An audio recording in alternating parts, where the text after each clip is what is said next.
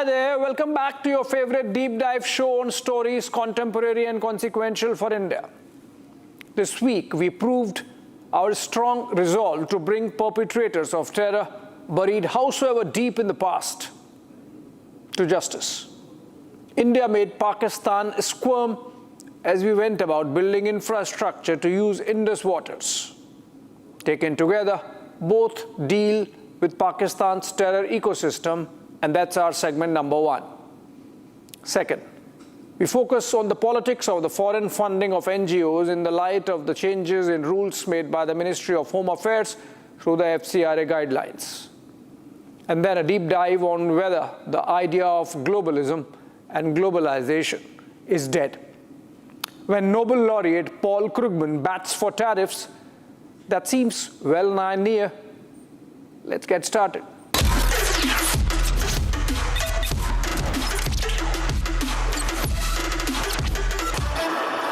Two developments this week demonstrated India's firm resolve to deal with the menace of Pak-backed terror and to stomp it completely, whatever it takes. One was charge sheeting of JKLF terrorists, including Yasin Malik, in the killing of Kashmiri Pandit nurse Sarla Bhatt in 1990. It took 36 years, but the charge sheet comes as yet another example of the dogged pursuit with which this new India is going to bring perpetrators of terror in Kashmir to justice. Sarla Bhatt was 27 years old and working in Srinagar's civil hospital when she was abducted and killed in April of 1990 by JKLF terrorists. Yasin Malik was once upon a time invited over lunch by Manmohan Singh as Prime Minister. Now incarcerated in jail, he faces multiple convictions, Sarla's being latest case in which he is named mastermind. The charge sheet says that they have conclusively established that Bhatt was killed by the JKLF terrorists in pursuance of a larger conspiracy directed against the Kashmiri Pandit community in the valley. The team of the Jammu and Kashmir police that led the probe needs to be commended for the painstaking work of gathering evidence and information that went into the 737-page charge sheet 36 years after the incident. The ocular evidence, medical and ballistic findings, recovery of the terror claim note, electronic evidence, witness testimonies, and surrounding circumstances form a coherent and compelling chain of evidence proving that the killing was not an isolated act but part of JKLF's systematic campaign of targeted violence against the Kashmiri Pandits intended to spread terror and facilitate their forced exodus from the Kashmir Valley, says the charge sheet. In the decade of the 1990s, hundreds of targeted killings and massacres took place in Kashmir that saw the Pandits wiped out from the valley. Vandhama and Nadimarg being examples. Community organizations have documented over 1,300 cases of targeting of Kashmiri Pandits by Pakistan-backed terrorists in the 1990s and 2000s. Government records put the number at over 200. The Sarla Bhatt case charge sheet is a loud message that years don't count. India of today has both the institutional memory and the capacity to pursue terror cases to their logical conclusion. A parallel development connected with Kashmir's terror ecosystem happened in Islamabad this week. Pakistan hosted a day-long conference on Indus Waters Treaty. There was some stump saber rattling on how India holding the treaty in abeyance amounted to a declaration of war. The Indus Water Treaty was not a favor given to Pakistan. It was a solemn international settlement. It was brokered in the shadow of partition because the rivers of Punjab and Sindh could not be left to the mercy of anger. The World Bank states plainly that the treaty allocates the western rivers, the Indus, Jhelum, Chenab, to Pakistan, and the eastern rivers to India, while allowing each side limited uses on rivers allocated to the other. So when India says it will place this treaty in abeyance, India is not merely suspending meetings. It is striking at an international compact that has survived wars, crises, mobilizations, and generations of hostility. Listening to these Pakistani voices makes it clear that India's decision has hit Pakistan where it hurts. What was little perplexing, however, was the underestimation of India's resolve to make Pakistan pay this time. From 1960 onwards, when the Indus Waters Treaty was signed, till today, India has never fully utilized its legal share of the water system. There's already a plan put in place to make sure we build infrastructure so that we can do that.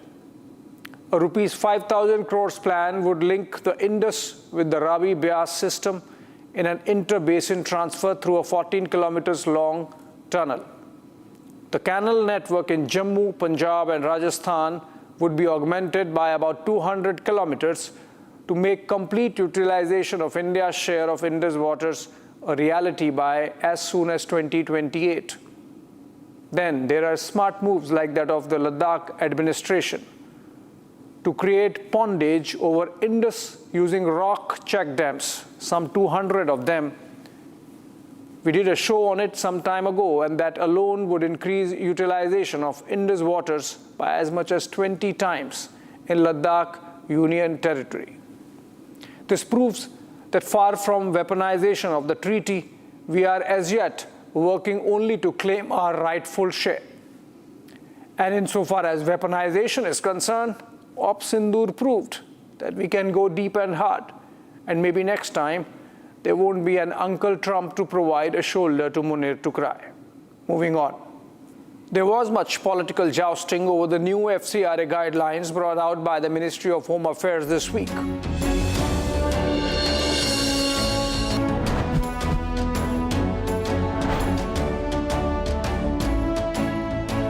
Among many objections amplified by the opposition was the one on how the rules targeted religious charities, particularly that of Christian denomination, in the name of preventing conversions.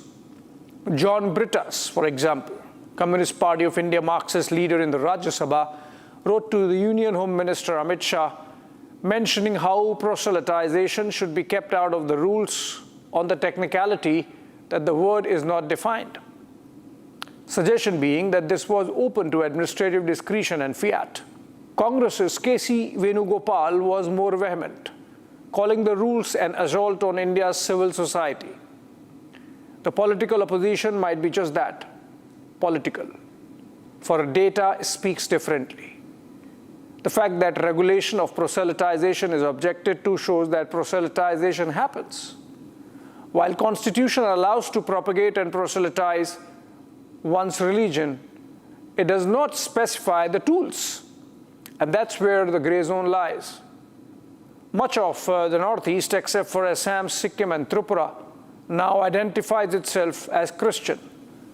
Till the 1970s, Arunachal Pradesh remained Hindu or tribal. But even there, Christians constitute the largest religious group now. The increase belies organic growth. Take the case of Punjab. Officially, Christians are not more than 1 or 2% of the state's population, but unofficial estimates put it at between 10 and 15%. The reason being, a majority of converts are from the scheduled castes and do not want to lose out on welfare benefits that come with the SC status by declaring their true religious affiliation. Similar is the case with the tribal populations spread across the forested geography from Gujarat and Maharashtra in the west to Odisha and Bengal in the east. That India's demography has changed to the disadvantage of its Hindu majority is a fact backed by numbers. According to a recent paper by the Economic Advisory Council to the Prime Minister, the share of the Hindu population in India declined from 84.68% in 1950 to 78.06% in 2015. That's a drop of 7.82 percentage points over 65 years. At the same time, the Muslim population share rose from 9.84% to 14.09%, marking a 43+% increase in its share. Other communities too grew modestly.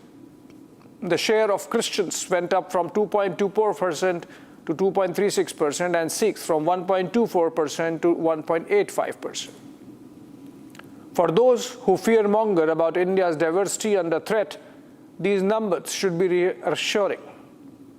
The data is evidence of an environment that allows pluralism to grow.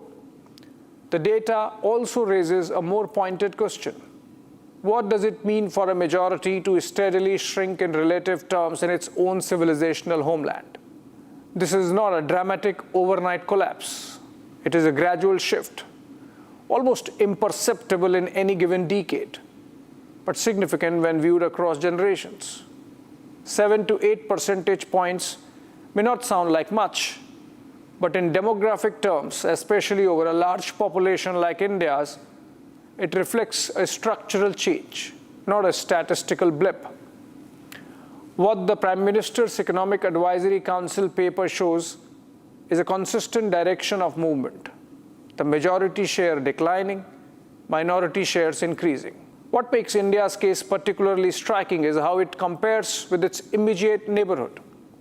The same report notes that in countries like Pakistan, Bangladesh, and Afghanistan, the share of the majority religions or religious community has either remained stable or increased, while minorities have shrunk. Muslim majority consolidated by 4% in Pakistan and 18% in Bangladesh in the same period. India, in that sense, stands out. Here, the majority has declined and minorities have grown. At one level, this trend reflects India's constitutional framework, its protections for minorities, its commitment to pluralism, and its relatively open social order. Put differently, is this just about differential birth rates and migration patterns, or about conversion trends also? And that is where the conversation becomes political and polarized. Christian missionaries and related NGOs in India receive an estimated $400 million. It's about 3,500 crore rupees annually in foreign funds, largely from the United States, Germany, and the UK. Out of a total of about 25,000 NGOs, 17%, or 4,000 plus, were categorized as Christian NGOs. But the FCRA guidelines are much more than about missionaries and conversions. Remember the violent Tuticorin or Thuttukudi protests against the Sterlite copper plant in 2018 in Tamil Nadu, or those against the Kudankulam nuclear power plant a few years ago. The role of some church-backed NGOs had surfaced in intelligence reports in both. In 2015, the Gujarat government had to officially lodge a complaint with the Centre on activist Teesta Setalwad's funding by the Ford Foundation and connections with communal situation in the state. Or the latest Timothy Foundation probe in Karnataka, where the police, remember the old sayings, the one who pays the piper calls the tune, and there's nothing called free lunch. Moving on. Shopping online are about to be hit with additional €3 charge per item in a parcel that they buy outside of the European Union, including from Britain, as new EU custom rules comes into effect next month on the 1st of July. When a big geopolitical shift takes place, you discern it through the language of the reigning philosophers of the times. Paul Krugman is one such. Nobel laureate and a champion of globalization, he was heard saying this week in a Bloomberg interview that some tariffs are good, howsoever reluctantly, but he believes that conditional tariffs on Chinese cars are going to be necessary. Let me quote him before we go deeper. I don't think the Europeans can allow their auto industry to be totally hollowed out. Now, there's going to be a compromise here, and totally shutting out Chinese cars from the market is going to be a bad thing. Would be very costly to consumers. But on the other hand, I have been shocked not only by my own change of mind, but by some of my colleagues, people who are long-time advocates of globalization and free trade, who are now saying, okay, Europe needs to do something. Really, if you like, it's national security. It's market disruption to allow something as big as European auto industry to just be overrun, even if consumers would benefit for a while. It's not 20 years ago anymore. We really need to rethink, which is a long way from saying that we should have tariffs on everything. but a much more interventionist position has become really hard to avoid, unquote. Krugman has been one of globalization's most articulate defenders. Till recently, he called Trump's tariffs destructive and foolish. Now he's admitting, almost uneasily, that the world may need tariffs, not everywhere, not blindly, but somewhere, in some sectors, under certain conditions. As if on cue, Europe introduced tariffs on e-commerce imports beginning July 1. EU President Ursula von der Leyen posted on her social media handle X, "From today, customs duties apply to e-commerce parcels worth up to Euro 150 entering the EU. 30 million Europeans work in retail. It's our largest private sector employer. And the surge in low-value online imports has put our retailers at these tariffs are directed at China." It was only last year, on the day that President Trump imposed 25% tariffs on steel imports from Europe, that the same Ursula had a different take. Tariffs are taxes, they are bad for business and worse for consumers, she had said in March of 2025. That's the kind of journey and change that the world has seen and done in 1 year of Trump. Just as the changing colors are effect and not the cause of weather, so do these statements reflect a rethink after policy has moved already. Could it be that Trump read it better than academics? Come to think of it, for decades, globalization wasn't just economics, it was faith. A belief that open markets, free trade, and interconnected supply chains would ultimately balance themselves out. That every country, by specializing in what it does best, would grow richer together. That inefficiencies would disappear and prosperity would spread. That belief shaped the modern economic world, right from the Bretton Woods institutions like the IMF and the World Bank to trade agreements across continents. And for a while it seemed to work. But then came China. Consistently for 2 decades now, since China became the shop floor of the world, the balance of trade has flowed in one direction alone, beefing China's forex reserves, giving it the muscle to reshape the world order and emerge as the sole challenger to the sole superpower of the world, the United States of America. China, running sustained trade surplus with the rest of the world, has created a distortion in the free trade model championed by the likes of Krugman. It's a double whammy. China's manufacturing overcapacity helps it sell cheap and create the trade surplus, which in turn disrupts domestic economies of those countries that go by free trade principles. And China has achieved this by remaining aggressively protectionist of its own market. Ask Google and Volkswagen. It took an impatient and restless president like Trump to drive home the point that you cannot deal with the Chinese distortion of global trade by the Bretton Woods consensus. There's a larger malaise the developed world is facing, particularly Europe. Call it a social malaise. Fed on fat welfare diet, most societies in Europe do not have the same work ethic as that of China or India. While very professional in the 5-day work window through the week, the number of hours put in are simply not enough for the West to compete with the hungry souls and hungry bodies of the developing world. This week, German Chancellor announced that the government was doing away with all sick leaves unless accompanied by a medical certificate in person as proof of infirmity to join work. That gives you an idea of the kind of economic stress economies in the West are facing due to the Chinese surplus. Uns mit den nach Corona exorbitant gewordenen Krankenständen in den Unternehmen nicht ab. Wir schaffen die telefonische Krankschreibung ab und führen die Vorlage einer Arbeitsunfähigkeitsbescheinigung ab dem ersten Krankheitstag ein.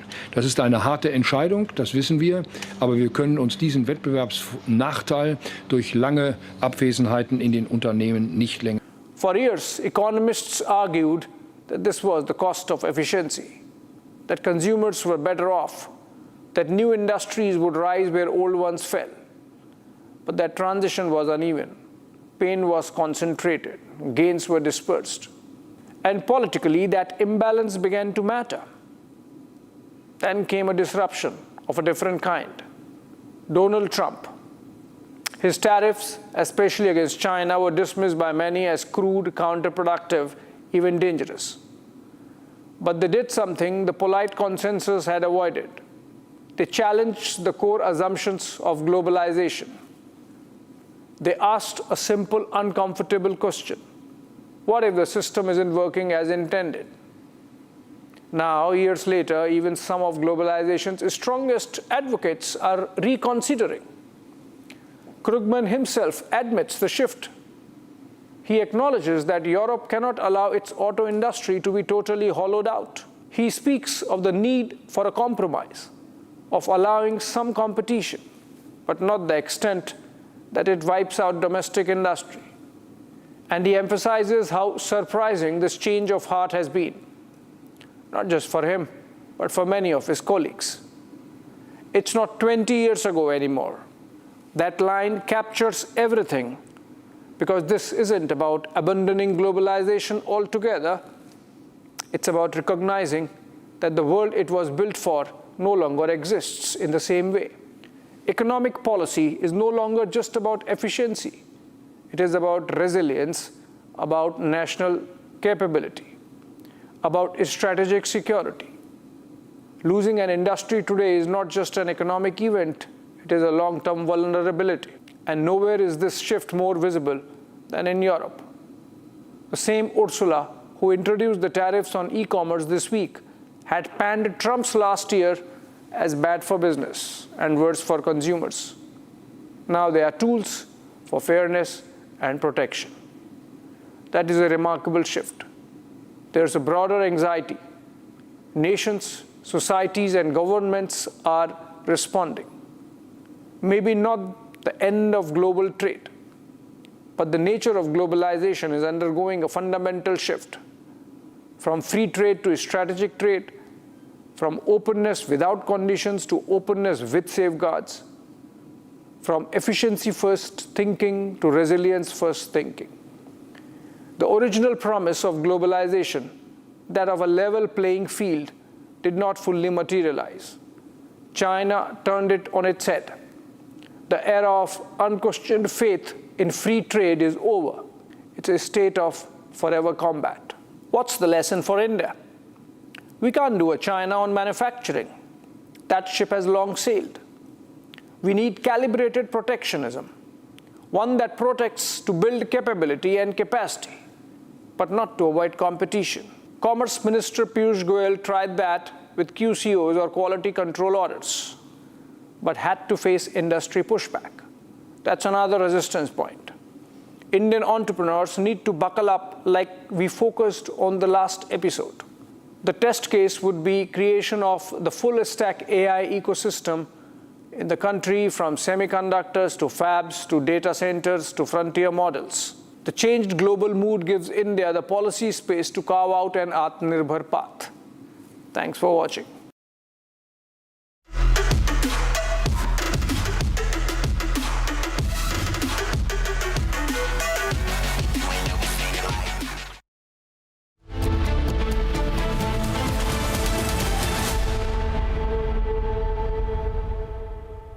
They are roaming free while we are grieving. While they left my son on the roadside to die. When these killers are out on the road roaming free, Pradhan Mantri ji kahan? Sarthak Mattu, an only child, was killed in a hit-and-run accident in southwest Delhi on June 25th when he was riding his motorcycle to work. तो सुबह घर से करीब 6:35 6:40 पे निकले होंगे। Time मुझे पता नहीं। बाइक पे गए, हेलमेट पहनी थी, और वो बाद में हमें पता चला कि वो नोएडा जा रहे थे ऑफिस के काम से। फ़ोन आया अपना राजौखरी फ्लाईओवर पे, पीछे से कोई थार गाड़ी आई और उन्होंने मेरे बेटे को टक्कर मार के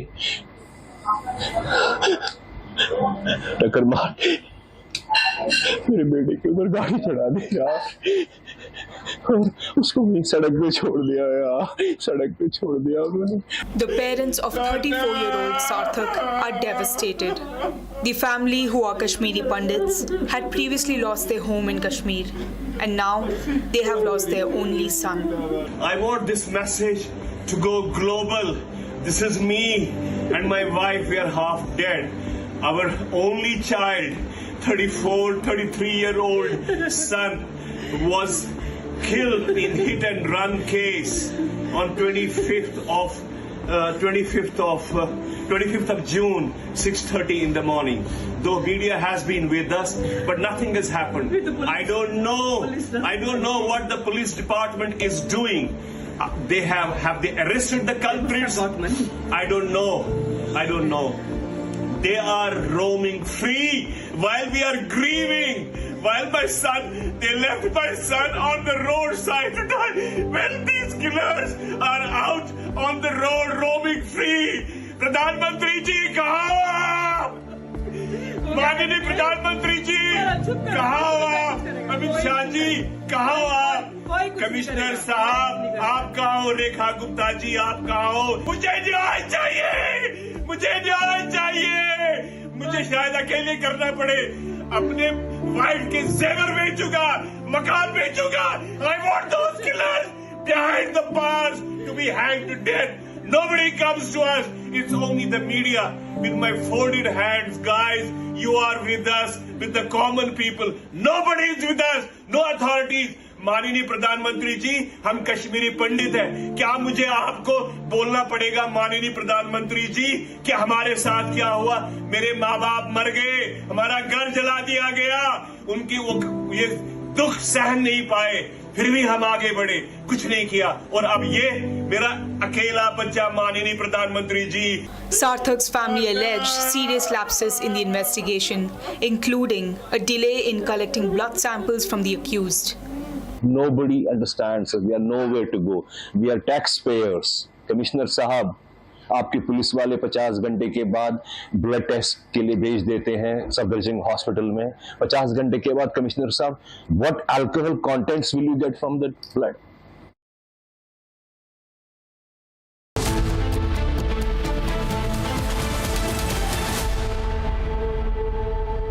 चमकी चाट से क्या बना है? सैंडविच, लस्सी और छाछ और हर घूंट में चमकी चाट. अब बताओ, स्वाद आया? आया. असली स्वाद सिर्फ चमकी चाट. केसरिया से मन जोगी हुआ रे, दिल झूमे देखो मतवारा हुआ रे. केसरिया से मन जोगी हुआ. हर पल मनाओ केसरी त्योहार. विमल, बोलो जुबान केसरी.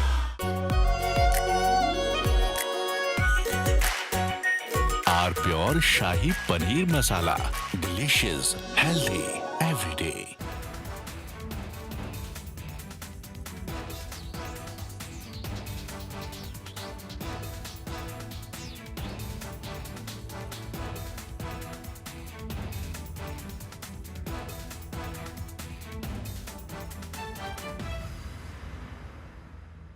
प्यास बुझाए, ठंडक लाए, सबको भाए जीरा से.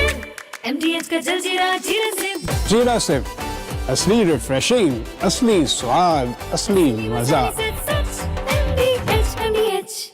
Ladies and gentlemen, yesterday I said that Bhagwant Man's problem is that in the process of covering up one lie, he is lying a second time. So to cover two lies, he lies a third time and a fourth time. And now he's in a big trap.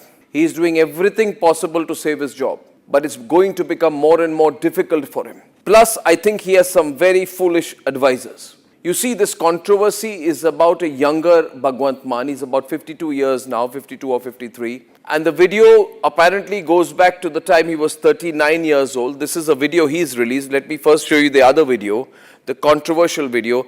This, ladies and gentlemen, is a picture of Bhagwant Mann at the age of 39. And visibly, over the last 13 years, he's aged. There's nothing wrong with that. We all age. But there's a distinct difference in facial appearance. I'd like to show you a picture of Bhagwant Mann at present, which is about 52, 53 years old. And Bhagwant Mann on the other side at the age of 39.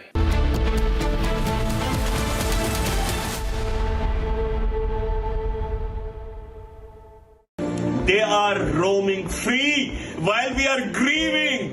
While my son, they left my son on the roadside to die. When these killers are out on the road roaming free, Pradhan Mantri ji kaha? Sarthak Mattu, an only child, was killed in a hit-and-run accident in southwest Delhi on June 25th when he was riding his motorcycle to work. तो सुबह घर से करीब 6:40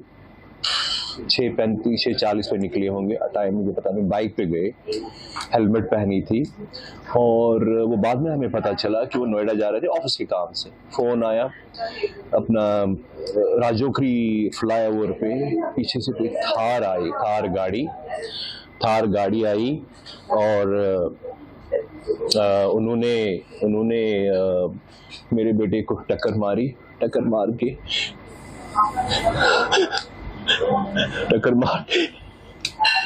मेरे बेटे के ऊपर गाड़ी चढ़ा दिया और उसको वहीं सड़क पे छोड़ दिया उन्होंने। The parents of 34-year-old Sarthak are devastated. The family, who are Kashmiri Pandits, had previously lost their home in Kashmir, and now they have lost their only son. I want this message to go global. This is me and my wife, we are half dead. Our only child, 33-year-old son, was killed in hit-and-run case on 25th of June, 6:30 in the morning. Though media has been with us, but nothing has happened. I don't know what the police department is doing. They have they arrested the culprits? I don't know. They are roaming free while we are grieving, while my son... From Asia's largest news headquarters, setting the agenda for Bharat.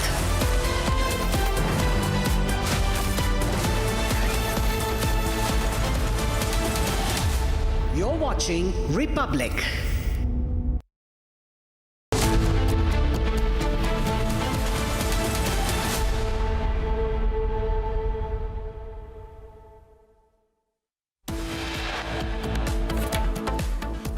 Massacre in POK ahead of the planned march in Rawalkot. The Pakistani army goes inside and massacres hundreds of people.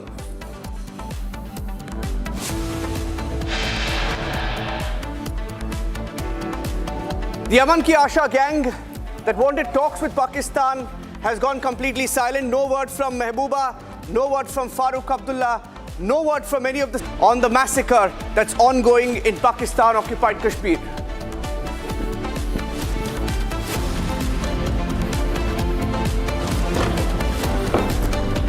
The controversial book in Jammu and Kashmir that eulogized terrorists has been withdrawn hours after being reported by Republic TV. The Jammu and Kashmir government forced to withdraw the book after the report.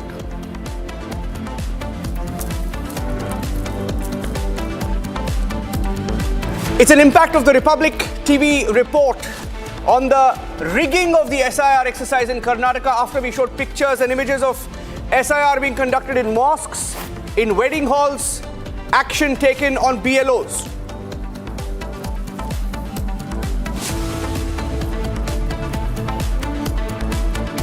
The government holds a news conference on the ongoing debate over ethanol fuel. E20 Fuel says it's safe. Industry experts, automakers back the government.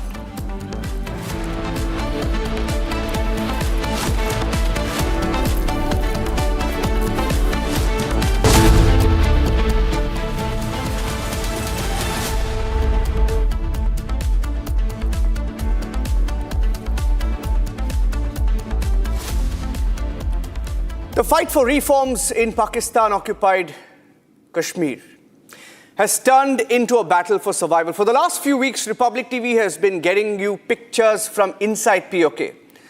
Pictures of protesters being shot, some point blank.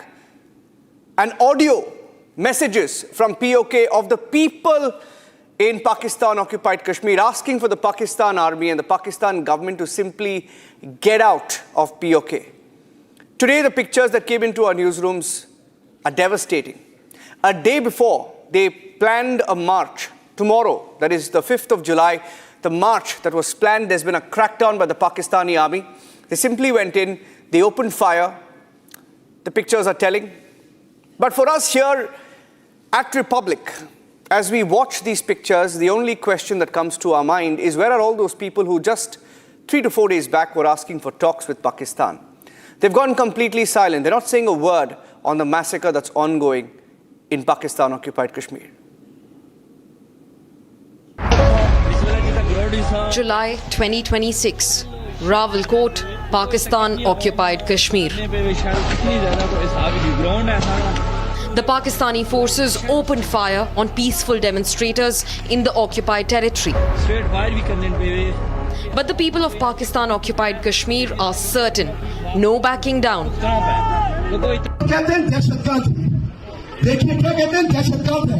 मैं इनसे कहता हूँ, आलमी media की मौजूदगी में कहता हूँ, मैं तमाम इंसानी हकूक की तंजीमों को गवाह बना के कहता हूँ, आप सबकी मौजूदगी में कहता हूँ, कश्मीरियों के हाथ में बंदूक पाकिस्तान की फौज दे दी थी। कश्मीरियों के हाथ में बंदूक भी पाकिस्तान की फौज दे दी और पूरी पाकिस्तान की फौज और तुम हमें बताते हो हम दहशतगर्द। In the latest, the POK protesters have dismissed any demands of dialogue with Islamabad. In fact, the Joint Action Awami Committee has ordered a complete shutdown across POK on the 5th of July. The leader of the POK protest has also called on India to stand in solidarity with the voice of Pakistan-occupied Kashmir. आज इस मुश्किल की घड़ी में हम तमाम आवाम से, उस पार की आवाम से, बिलखुसूस पुंछ की आवाम से, मेंढर की आवाम से, राजौरी की आवाम से, जम्मू की आवाम से, वैली की आवाम से, लद्दाख कारगिल की आवाम से हम अपील करते हैं कि 5 जुलाई को हमने प्रोटेस्ट रखा हुआ है और आप सब अहबाब की हमें हमायत चाहिए। यकीनन आप वहाँ बाहर निकलिए, हमारे हक में बोलिए, इस जुल्म के खिलाफ, इस ज़्यादती के खिलाफ अपनी आवाज़ बुलंद कीजिए। While Pakistan's blatant human rights violation is out for all to see, the question is, why is the international community silent? Until when will Pakistan continue to oppress the voice of occupied Kashmir?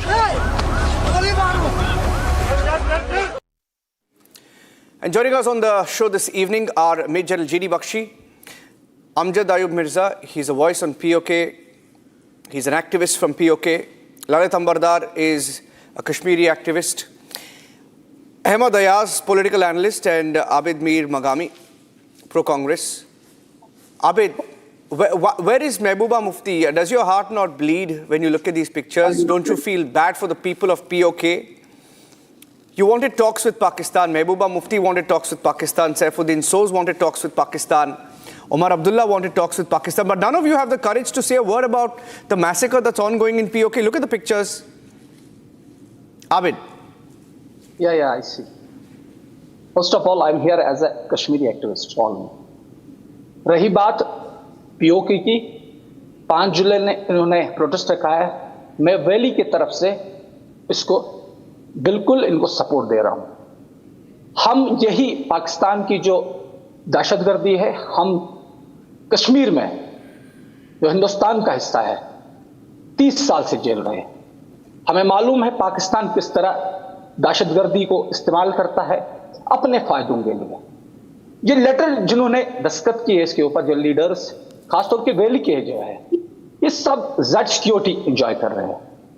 इन्होंने militancy को झेला नहीं, क्योंकि इनके घर से कोई मरा तो है नहीं, तो ये कश्मीरियों का दर्द समझेंगे आर या पार। इनके लिए तो सिर्फ सियासत है, इनके लिए सिर्फ ये जो एंजॉय कर रहे हैं, चाहे सिक्योरिटी हो चाहे प्रोटोकॉल से, इनके लिए ये अहमियत है, इनके लिए ये फर्स्ट है, बाद में सब चीजें हैं।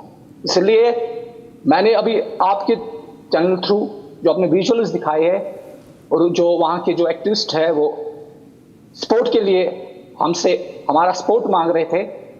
चाहे वैली की बात की उन्होंने, चाहे पीर पंजाल की बात की, जम्मू की बात की या लेह लद्दाख की बात की।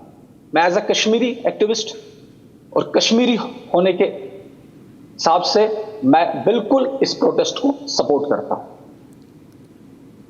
मेरा प्रश्न वो नहीं था, that was not my question. General Bakshi, you know, they about 57 or 61 of them wrote a letter. They signed a letter, and in that letter, they asked for talks. They wanted restoration of trade.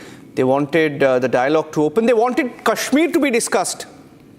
These Indians sitting here, right, on Indian soil, they asked for Kashmir to be brought on the table once again, to be discussed with Pakistan. Included Mehbooba, included Farooq, included a lot of political parties, mainstream political parties, including the Congress party. But none of them have so far said a word. They didn't say a word about Pahalgam in that letter. They're not saying a word today about the massacre in POK, sir. The pictures in the last 1 week and today the pictures that came in are extremely alarming. A day before the march. General Bakshi. Indeed, they are a cause for major concern. The absolute trampling of human rights in Pakistan-occupied Kashmir, which is frankly and straightforward Indian territory by law. Maharaja of Kashmir had acceded to India, and that was the legal aspect, finalized, stamped and sealed. Pakistan has no business trying to be there, and they were trying to claim the rest of Kashmir, which is free today and breathing a sigh of relief after 370 was removed, and development has come in a major way. And look at what is happening across the border. The people are in a bad, dire straits. They are at the end of their tether. They have had it with the Pakistani government, which is acting in a total colonial exploitative mode. Islamabad has no wit, no use for the people of Jammu and Kashmir. They only want the rivers of Jammu and Kashmir, the truth that has now come out. They want to grab the water and to help with the people. We saw that even in their so-called liberation of Jammu and Kashmir in 47, 48. They brought in the Pathan tribesmen to loot, rape, kill and murder. And they got with them the trucks to carry back the loot and the captured women, the Male Ganimat, from Jammu and Kashmir. That was Pakistan's idea of liberating the people of Jammu and Kashmir. And today, they are hoist with their own petard. The people of Jammu, Pakistan occupies Jammu and Kashmir, have risen in absolute open, red-hot revolt. And इनको लकवा मार गया है जबान पे. हमारे जो कश्मीर के लीडर अपने आप को बोलते हैं, महबूबा मुफ्ती, आपके फारूक अब्दुल्ला साहब, ये बाकी सारे, आपको दिख नहीं रहा कि क्या हो रहा है बात? आपको वो चीखें, दर्द की आवाजें सुनाई नहीं देती? वो आपके कंपेट्रियट्स हैं, वो आपके भाई बहन हैं, जिनके ऊपर तशद्दुद पे तशद्दुद की जा रही है. अब आपका वेयर इज योर कॉन्शियंस? आप कह रहे हैं पाकिस्तान से बात करो, वहां से लोग कह रहे हैं बात करना दरकरार साहब, ये तो गोलियों से बात कर रहे हैं. हमारी मांगे जब इनके सामने पेश कर रहे हैं, पानी नहीं, बिजली नहीं, खाना नहीं, कपड़े लत्ते नहीं, तो ये हम पे साहब जवाब गोलियों से दे रहे हैं. ये है डायलॉग जो आप चाहते हैं पाकिस्तान से? बाकी जगह तो बड़ी हमदर्दी आपको दिखती है, अपने लोगों के साथ जब ऐसा जुल्म हो रहा है, and it is open. And by the way, why are we quiet? It is only the Indian media that I see speaking up. There is a deafening silence from the government. Though that is our territory, those are our people.